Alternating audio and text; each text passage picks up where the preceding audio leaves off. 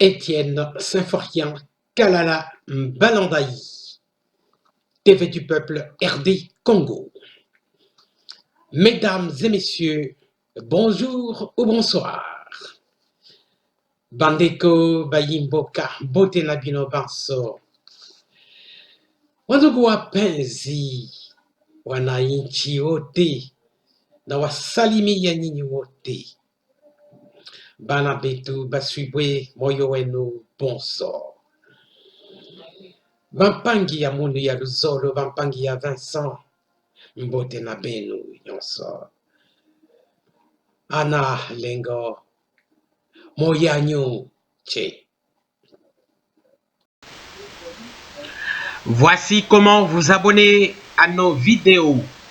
Il suffit de cliquer comme c'est indiqué par le curseur ou la flèche si vous voulez. Voilà, chers compatriotes, on est là de nouveau. Nous allons parler de combien de titres là. Notre titre d'aujourd'hui, c'est l'hypocrisie du PPRD, alias FCC, dangereuse pour Fachi. Voilà. Nous allons citer notamment les blocages, les tractations secrètes et les blocages à l'Est suite à des infiltrés. Et puis, deuxièmement, nous allons parler du scandale de 200 millions à la Gécamine avec Albert Yoma. Chers compatriotes, les membres du PPRD sont hypocrites. Ce qu'ils déclarent publiquement concernant la coalition, enfin, ils disent FCC, mais en réalité, c'est le PPRD qui commande. Tout est fait, tout est machiné pour empêcher Félix Tshisekedi de réussir son mandat. Ça commence très mal. Donc, la seule façon pour Félix Tshisekedi de s'en sortir, c'est qu'il puisse se détacher de Joseph Kabila ou dissoudre le Parlement. Parce que s'il ne le fait pas, c'est Joseph Kabila qui va l'avaler. Voilà, il affiche son arrogance maintenant en sortant publiquement avec des motards, en créant des embouteillages artificiels, en faisant scander par des partisans peut-être improvisés, Raïs Zonga, Raïs Zonga. Mais quel Congolais peut accepter le retour de Kabila aujourd'hui avec tous ces crimes qu'il a commis partout, dans Kinshasa, dans les provinces du Kasaï et à l'Est, où il maintient des généraux génocidaires, des généraux sanctionnés par la communauté internationale. On le sait, c'est la vérité. Le président Félix Tshisekedi ne sait pas jouer toutes ses cartes. L'ancien président pèse lourdement sur lui. Et maintenant, nous apprenons des rumeurs, oui, des rumeurs vérifiées, que le département d'État donc parle avec Joseph Kabila, et en même temps le même département d'État échange des conversations avec Félix Tshisekedi. Qu'est-ce que c'est? Et depuis Kinga 4, nous apprenons aussi qu'il y a des machinations secrètes pour empêcher Félix Tshisekedi par tous les moyens de réussir. Voilà, il a commencé avec la bonne volonté. quand le budget n'était pas encore voté. Donc il se heurte à l'empêchement du ministre des Finances, un certain Sélé Yalagoli, qui ne veut pas du tout défalquer l'argent nécessaire au fonctionnement du gouvernement Ilunkamba, ni, ni la réalisation des projets de ce gouvernement, qui sont la réalisation du programme du président de la République. Pour le comprendre, je pense qu'il ne faut pas écouter le président Félix Tshisekedi parce que lui, il se dit que, bon, il est le garant du bon fonctionnement des institutions, il est au-dessus de la mêlée, il essaye de mettre des bémols. Mais la base du président de la République, c'est-à-dire l'UDPS, je pense qu'il faut confondre l'UDPS avec le peuple congolais, parce que l'UDPS c'est un grand parti. Hein. Vous avez tous vu l'arrivée triomphale de Jean-Marc Kabound à Kananga. Il a harangué une foule. Et notamment, il dit que moi, je n'ai pas peur de vous dire des vérités. Comment voulez-vous que vous habitez avec la même personne, dans la même maison, vous mangez ensemble, vous faites tout ensemble, et vous ne pouvez pas vous entendre? Ce n'est pas possible. Eh bien, c'est ça qui se fait, c'est ça qui se passe. Et il y en a certains qui vont jusqu'aux injures, tels qu'un certain Dounia, qui s'occupe de la MOPAP du PPRD, et un certain Lisanga Bonganga, on ne le voit plus, on le cherche, on ne le voit plus, qui brille par ses injures vis-à-vis du président de la République. Ce ne sont pas des injures brutes, mais c'est formulé sous forme de dénigrement du président de la République. Et tout ça, qu'est-ce que Joseph Kabila fait? Il ne fait rien du tout, ça lui profite. Et Jean-Marc Kabound dit qu'ils font à tout prix de façon que rien ne réussisse au président de la République. Et quand il parle, il dit que on le menace de destitution. Eh bien, lui aussi, il n'a pas sa langue dans la poche. Il n'a pas non plus la langue de bois. Il parle ouvertement. Il dit ce qu'il pense et c'est ce qui est la vérité, que ça ne marche pas du tout. En conclusion, il s'agit d'une crise. Et quand il y a une crise, il faut que le président de la République trouve sa majorité. Et nous trouvons que le meilleur jour, c'est après le 24 janvier qu'il complète un an et qu'il peut avoir la force de dissoudre le Parlement. Bon, nous pensons par exemple que quand Jean-Marc Kabound profère des menaces et dit des vérités, c'est que quelque part, il se base sur une force, sur une base arrière.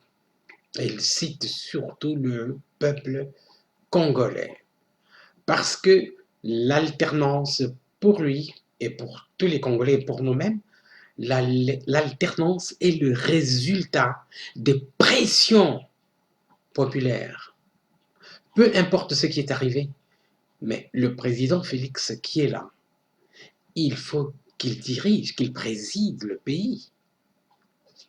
Mais il a juste une petite parcelle de pouvoir, parce que on ne peut pas dire qu'il n'a rien, qu'il est juste figurant, parce qu'on remarque qu'il y a liberté d'expression, il y a des arrestations. Il y a par exemple Albert Youm, le tout-puissant après Kabila, le directeur général de la GECAMIN et son secrétaire général, qui sont interdits de sortir du territoire. Mon cher compatriote. Alors, le président Félix Tshisekedi, c'est le moment de prendre des décisions sérieuses. Il doit pouvoir satisfaire à des partenaires internationaux, donc les États-Unis, l'Allemagne et la France. Il doit démontrer qu'il n'est pas une marionnette. Il doit démontrer qu'il a une force d'agir et qu'il prenne ses décisions, même s'il refuse de s'exécuter.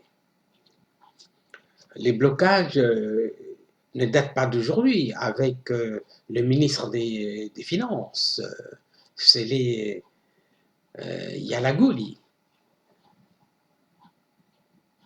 Donc les blocages ont commencé depuis la nomination du directeur général de la Société nationale des chemins de fer.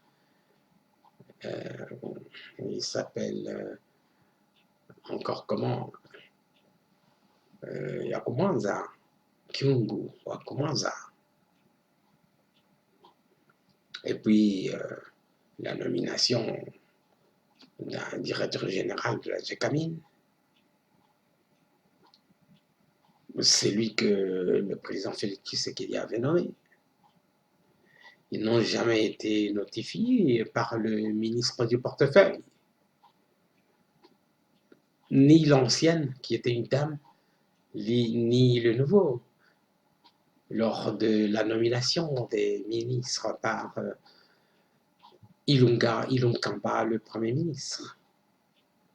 Donc ça ne marche pas, il y a blocage. Il y a blocage non seulement dans ces domaines-là, mais à l'Est, à Béni, c'est comme si le président de la République n'avait pas déployé des militaires. Certes, on voit un changement, mais pendant ce temps, les Chebabs, ce qu'on appelle les ADF, qui ne sont pas des ADF, c'est plutôt des combattants étrangers achetés par Paul Kagame, et peut-être Kabila aussi, parce que c'est son homme. Ils ont acheté ces gens qui portent les uniformes des FARDC, qui s'infiltrent dans la population, et pendant que les FARDC avancent, ils ont le culot et le courage de faire des massacres. Et même ce dimanche, 3 personnes ont été tuées dans la région de Béni. C'est tous les jours qu'ils s'arrangent à tuer des gens, à déranger.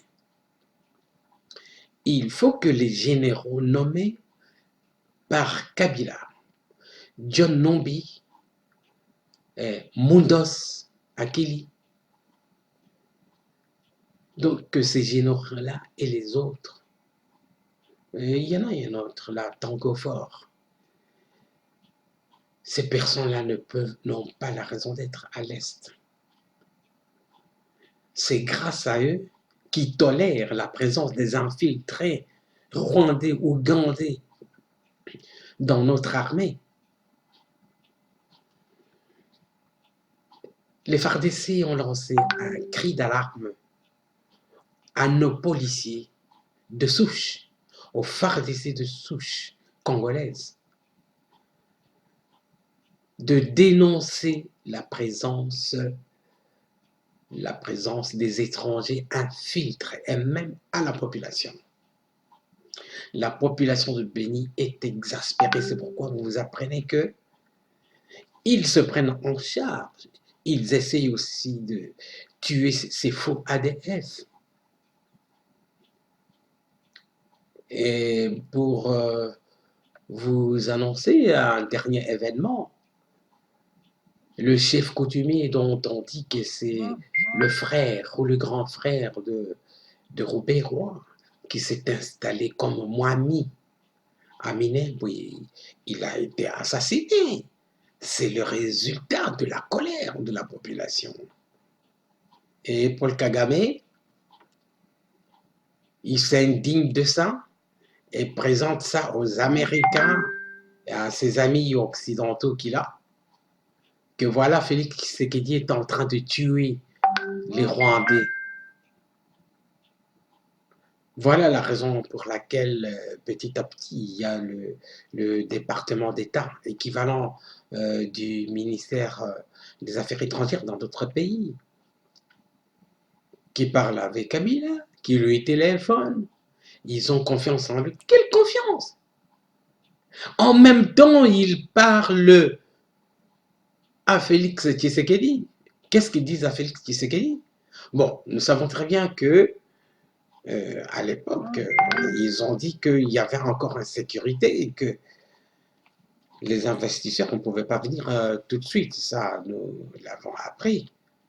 Mais ça n'a pas empêché à d'autres sociétés américaines de visiter le Congo pour s'installer. Après la victoire à l'Est, nous avons appris qu'il y avait Google, Apple et les autres géants du numérique qui sont venus pour dénoncer ou déclarer que plus jamais ils n'achèteront des minerais de sang. Voilà, chers compatriotes. Alors, pour cela, nous allons passer au scandale de 200 millions à la GECAMIN avec Albert Yoma.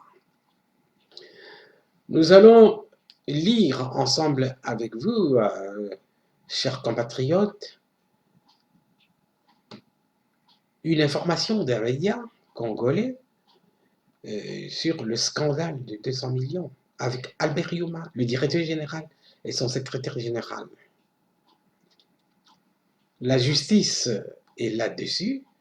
Et il y a même des ONG, comme l'ONG dirigée par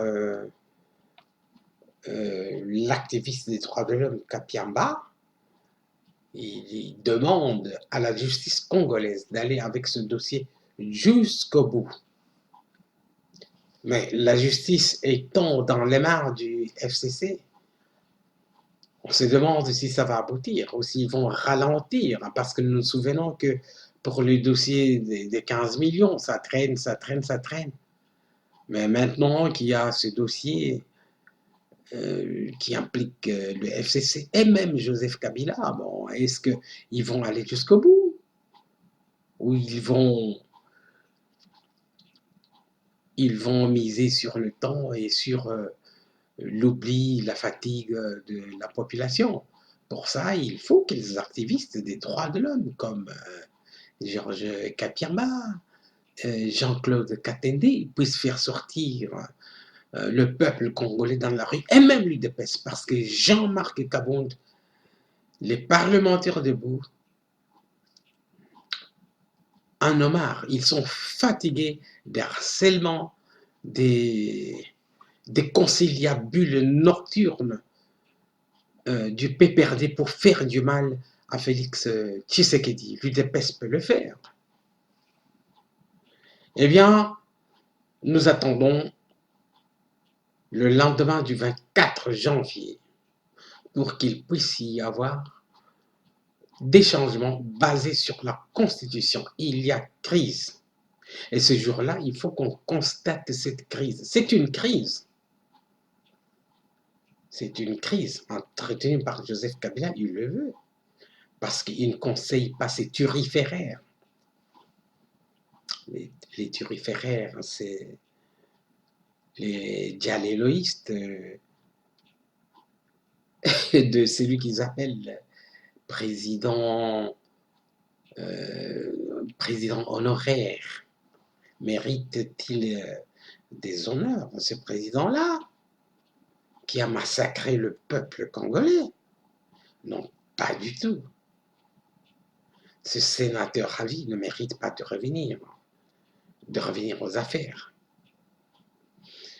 Ok, chers compatriotes, nous passons à la lecture. Je vous ferai lire aussi une information sur les 5 millions qui manquent à la Société nationale d'électricité pour acheter le chlore, parce qu'il y a rupture du stock de chlore et non, la régie des eaux plutôt, la régie nationale des eaux, la régie congolaise, régie des eaux, en abrégé. La régie des eaux a besoin de chlore, a besoin de 5 millions. Et nous ne voulons pas que, entre-temps, les travailleurs de la régie des eaux ayant 3 mois d'arriérés de salaire, plus l'eau sale que la régie des eaux risque de faire boire à la population de Kinshasa. Donc il ne faut pas qu'on dépense les 6 millions pour l'alternance. Hein. Une juste commémoration dans une église, dans les églises de la capitale, l'église du pays. On peut quand même commémorer cette alternance, bien qu'on sache que cette alternance, c'est une alternance en bois. Oui. Ce n'est pas une alternance de fer. Je peux dire une alternance de papier. Parce que Félix Tshisekedi, je ne sais pas, il souffre là où il est et nous ne savons pas qu'il souffre, il ne le montre pas. Il souffre du harcèlement et de la privation de son pouvoir par le FCC. Voilà, on passe à la lecture. Patriotes, bonsoir. Donc, pour comprendre pourquoi le ministre des Finances, Sélé Kayaguli, est en train de bloquer le président Félix Tshisekedi, je pense qu'il est important de lire cette information qui date du mois de mars, 26 mars, du journal Mondial News. C'est un média flamand. Et ici, nous en avons la traduction en français. Donc, nous allons lire ici, vous allez comprendre ce que Kabila touche jusqu'à présent. Ça, c'était voté en 2019, ça faisait partie du budget 2019. Et même ce que touche Kabila, là, donc ça ne fait pas partie du budget de cette année-là, en 2019. C'est du n'importe quoi. Bon, lisons quand même, nous voulons comprendre pourquoi Kabila, avec son ministre de Sélé Kayaguli, bloque le président Félix Tshisekedi pour qu'il ne puisse pas réussir ses projets, son mandat. News.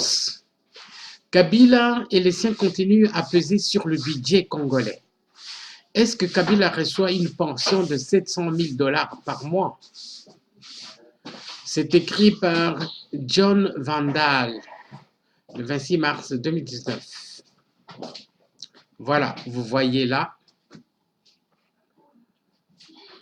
Titre de paiement transféré à la BCC.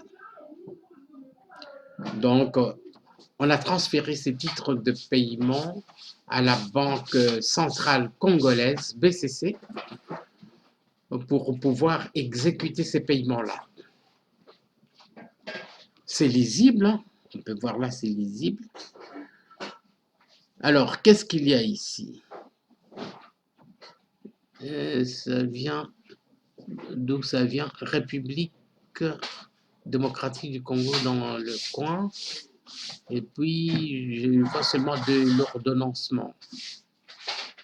Paiement autre avantage pour le mois de février 2019. Président honoraire de la République, M. Joseph Kabila Kabange. Montant, voilà, le montant, il est là.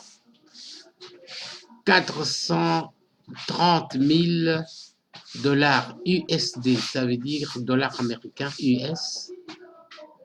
Le reste, je ne vois pas très bien. Ensuite, il y a paiement pension spéciale pour le mois de février 2019. Président honoraire de la République, M. Joseph Kabila Kabange.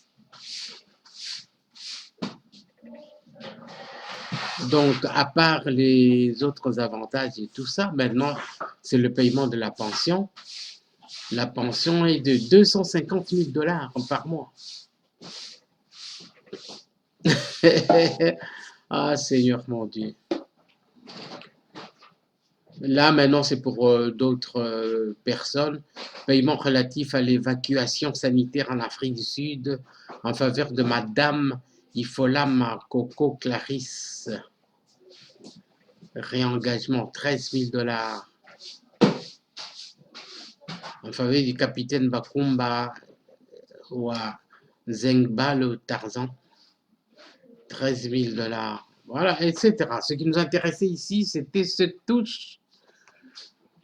Le président de la République chaque mois. Donc, 430 000 dollars d'avantage.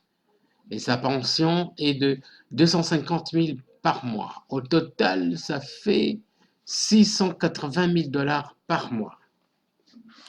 Voilà, lisons les commentaires de ce journal flamand, publié en flamand, mais ça c'est une traduction. Après les généreuses indemnités de fin de mandat que le dernier Premier ministre de Kabila, Bruno Tshibala, avait signé pour lui-même et ses ministres, au coût pour la RDC de 25 millions d'euros par an, en allocation de logement, billets d'avion en classe business, soins médicaux couverts au Congo et ailleurs, tout porte à croire que maintenant, c'est à l'ancien président lui-même de passer régulièrement à la caisse de l'État pour en extraire les moyens devant lui permettre une vie luxueuse jusqu'à la fin de ses jours. C'est du moins l'impression que donne le document du ministère congolais des Finances qui a fait surface. Ce document indique qu'en février de cette année-là, Kabila a reçu 250 000 dollars en pension spéciale SIC et 430 000 dollars en autres avantages. Le ministre des Finances n'a pas nié ces paiements faits à Kabila. Alors, il n'a pas nié ces paiements. On continue. Kabila a également droit à 2 gardes du corps, 10 domestiques, 5 voitures et des dotations mensuelles pour le carburant, le téléphone, l'électricité et l'eau. Il s'agirait de la mise en application concrète de la loi 18/021 du 26 juillet 2018, signée par Kabila lui-même, qui prévoit effectivement une pension spéciale mensuelle pour les anciens présidents et une rémunération annuelle pour services rendus. La même loi prévoit également des soins de santé gratuits à l'intérieur du Congo comme à l'extérieur pour tous les membres de la famille de Kabila, même après le trépas de celui-ci, c'est-à-dire après la mort. Je fais monter le curseur pour une meilleure lecture. Cette même loi stipule encore qu'un ancien président a droit à un logement décent, à des voyages par avion en classe business pour lui et toute sa famille, à 5 voitures renouvelables encore 2 fois après 5 ans, à une allocation mensuelle pour le carburant, à 2 gardes du corps, un maximum de 10 domestiques, à une allocation mensuelle pour l'eau, le téléphone et l'électricité. Si cette loi est effectivement appliquée, et il y a peu de raisons d'en douter car le nouveau président Félix Tshisekedi est très dépendant de Kabila. Le poids de l'ex-président sur le trésor public va encore augmenter. Il est également frappant que Kabila continue à vivre dans le palais où il a vécu en tant que président. Vol institutionnalisé. Oui. Pour Mondial et News, c'est du vol institutionnalisé. En fait, il s'agit d'un vol organisé, dit une source expérimentée de l'Église catholique. Ceux qui décident de ces prestations en sont également les bénéficiaires.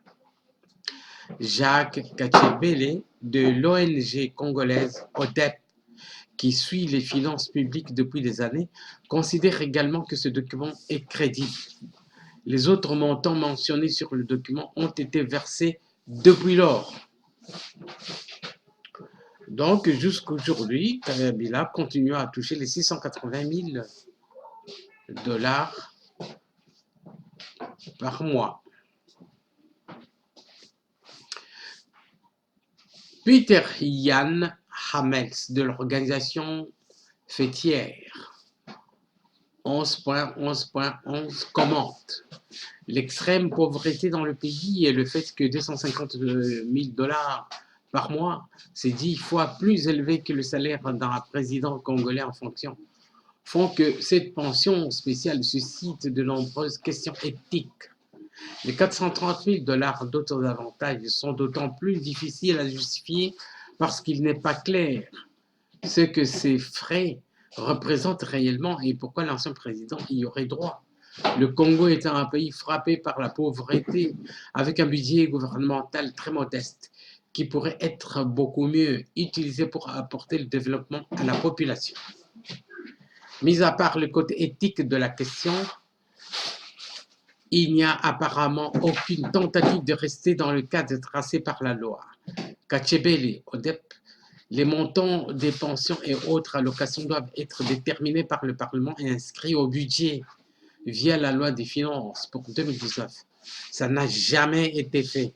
La loi des finances 2019 ne contient pas de ligne budgétaire distincte pour cette pension spéciale. Le paiement se fait donc en contradiction avec la loi. Après analyse des dépenses du Trésor congolais pour le mois de février, nous pensons que le paiement aurait été effectué au titre de la ligne budgétaire des dépenses urgentes, ce qui est contraire à la loi sur les finances publiques. Voilà. Kabila continue à sucer le pays, à piller le pays, à appauvrir le pays. Voilà, ça c'est une photo lors des élections. Voilà, on continue. Kabila a mis ses pions partout. Juste avant les élections, le régime de Kabila s'est servi encore d'une autre manière. Le 27 décembre 2018, 3 jours avant les élections présidentielles et législatives, Némi Wilondia, chef de cabinet de Kabila, a signé 3 ordonnances. Par sa signature, 47 personnes ont été nommées secrétaires générales d'entreprises publiques, de ministères et autres administrations publiques, et 1217 autres ont été nommés directeurs. Vous avez compris pourquoi le ministre du portefeuille ne notifie pas les directeurs généraux nommés par Félix Tshisekedi. Voilà pourquoi. Ceci a tout l'air d'une distribution ultime de cadeaux à ses propres partisans et au positionnement stratégique dans l'administration publique de personnes fidèles à Kabila, dit Peter Yann Hamels. Ces nominations constituent pourtant une violation de la Constitution qui stipule que de telles nominations ne peuvent être faites qu'après approbation formelle par le Conseil des ministres. Ceci n'a jamais été le cas. Tshisekedi peut-il se faire valoir? Le 6 mars 2019, le nouveau président Félix Tshisekedi a soumis au Conseil des ministres un arrêté pour signature afin de déclarer illégaux les 3 arrêtés submentionnés et de les annuler. Y parviendra-t-il? sachant que dans la constellation actuelle, Tshisekedi aura besoin du parti de Kabila pour la moindre décision au Parlement.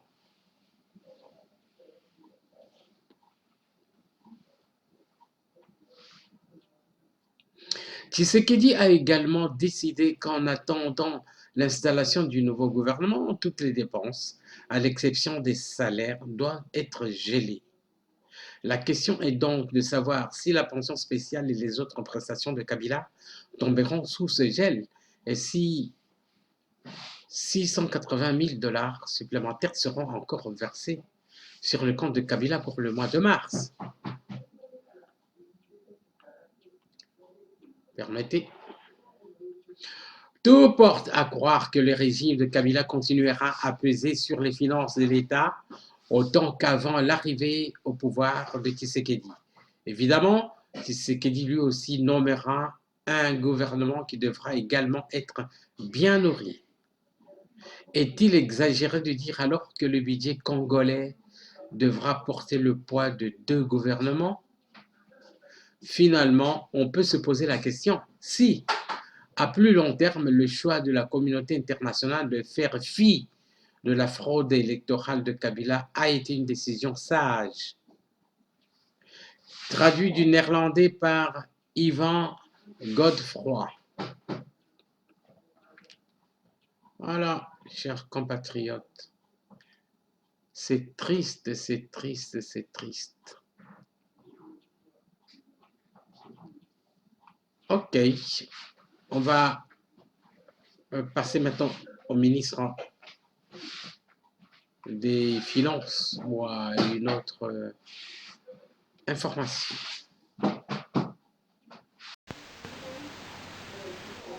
Syndicat de la Régie des eaux, les travailleurs qui accusent aussi près de 3 mois d'arrivée de salaire dénoncent la lenteur avec laquelle le ministère des Finances traite le dossier relatif au paiement de plus de 5 millions de dollars de la dette de consommation par les institutions publiques. Alain Senenge est le président de l'intersyndicale de la Régie des eaux. Le travailleur de la Régie des eaux informe la population de la ville-province de Kinshasa qu'ils ne sont plus à mesure de garantir la fourniture d'eau à partir de la semaine prochaine.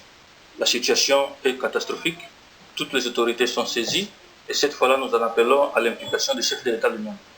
Je crois que tout le monde a suivi combien le chef de l'État avait instruit le gouvernement de payer sur les factures de consommation d'eau un montant de 5 140 000 $. Sur instruction du chef de l'État, le Conseil des ministres avait décidé du paiement de ce montant.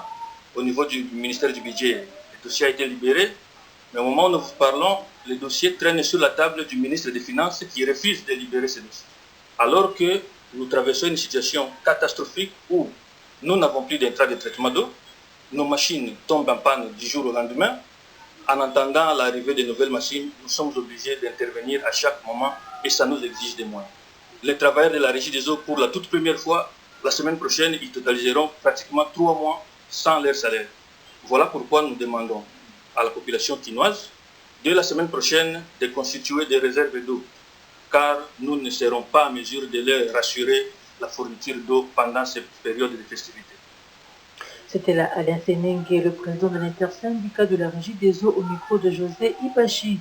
Information avec Top Congo FM 24 h sur 24, 7 jours sur 7. Scandale à la Gécamine qui éclabousse Albert Yuma. Qu'est-ce qu'on dit? C'est publié par politico.cd. Voilà, comprendre ce scandale de 200 millions de dollars qui éclabousse Albert Yuma à la Gécamine, c'est le titre. La vision du prophète Daniel de la colosse au pied d'argile illustre bien la situation qui se passe actuellement à la Gécamine, où le président du conseil d'administration Albert Yuma, le directeur général et le secrétaire général ont été frappés d'une injonction judiciaire de ne pas quitter le territoire congolais depuis ce vendredi 20 décembre 2019. Une information judiciaire a été ouverte à leur rencontre par le procureur général près la Cour de cassation. Voilà. Qu'est-ce qui se passe dans les coulisses? Dans les coulisses de la Gécamine Gate, des informations concordantes font état d'un faux contrat de 128 millions d'euros brandi par les trois précités comme ayant été accordé à la Gécamine en octobre 2017. Mais, curieusement, personne ne connaît la destination de cet argent ni ce à quoi il a servi. Tantôt, ils soutiennent que cette somme a servi à payer les impôts de la Gécamine, tantôt pour le préfinancement des élections, et cela sans aucune preuve. Le prêt est prétendu avoir été accordé par la société Fleurette Mumi Holdings Limited, appartenant à Dan Gersler. Or, lorsque ce dernier ainsi que ladite société ont été sanctionnés par les États-Unis, une nouvelle société dénommée Ventura Development est créée en octobre 2018 avec capital social $1000 et sans autre activité connue en RDC. Mais en octobre dernier, c'est cette nouvelle entreprise Ventura qui demande à la Gécamine de lui payer la somme de plus de 209 millions d'euros censés revenir à Fleurette Mumi, sans expliquer par quelle magie Ventura en devenait propriétaire. Curieusement, les dirigeants de la Gécamine vont accepter de payer la dite somme à Ventura sans même daigner ouvrir une enquête pour connaître la raison sociale de Ventura et ses liens avec Fleurette Mumi. Le 11 novembre 2019, la Gécamine est condamnée par le tribunal de commerce de Lubumbashi à payer cet argent à Ventura, qui pourtant n'a jamais été en affaire avec elle. Tout cela se fait pendant que la Gécamine cède une partie de ses concessions à la société Glencore, au sein de laquelle Dan Gertler était associé jusqu'à l'imposition des sanctions américaines contre le versement de la somme de 250 millions, de telle sorte qu'une fois virée sur le compte de la Gécamine, cette somme serait saisie par la fameuse Ventura et les individus qui tirent les ficelles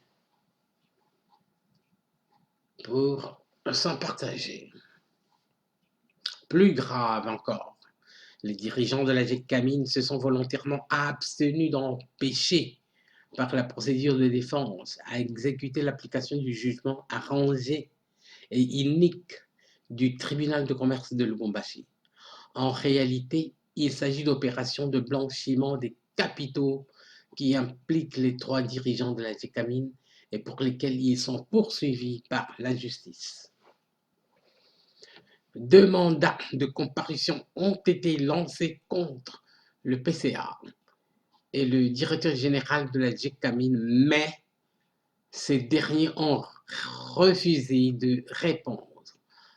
Entre-temps, le directeur général et le secrétaire général de cette entreprise ont été débarqués de l'avion alors qu'ils tentaient de s'envoler à l'étranger en application des mesures conservatoires prises par le parquet général près la Cour de cassation.